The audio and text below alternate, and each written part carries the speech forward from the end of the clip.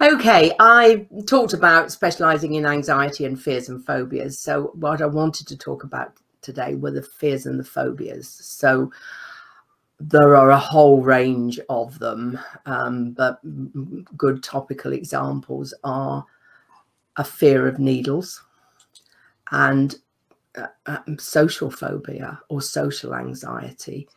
So a phobia is defined as an extreme and irrational response to something.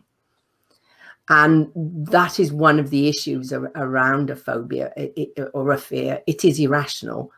So what people often try to do, either to themselves or to other people, is to talk them out of it. I mentioned before that I'd traveled around Europe a fair bit for work, and I had a fear of flying. And a friend of mine had a private pilot's license. So he spent ages explaining to me how aeroplanes managed to stay up in the sky. And it didn't help a bit. And in fact, gin helped a lot more. I'm not doing that anymore. So you can't talk yourself out of it or be talked out of it.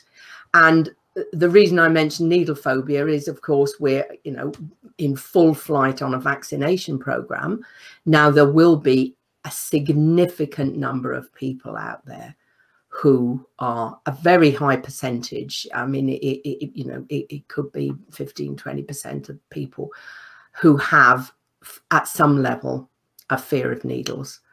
This can be a fear of the injection itself. It can be triggered by people talking about needles or pictures of needles. So I know people who won't watch the news anymore because every single news bulletin at the moment has somebody having an injection and people talking about needles.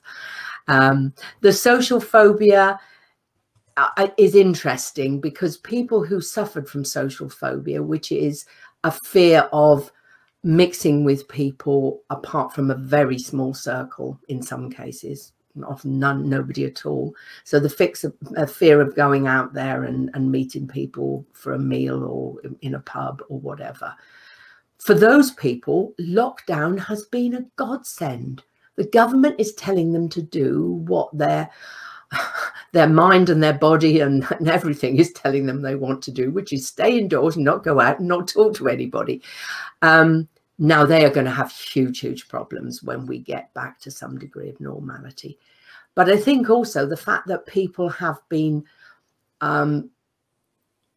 forced into, in a sense, behaving like somebody with social phobia, they will struggle to go back to normal life. I mean, we're all saying, oh, won't it be wonderful? Won't it be wonderful? But it may not be for everybody. It may be difficult.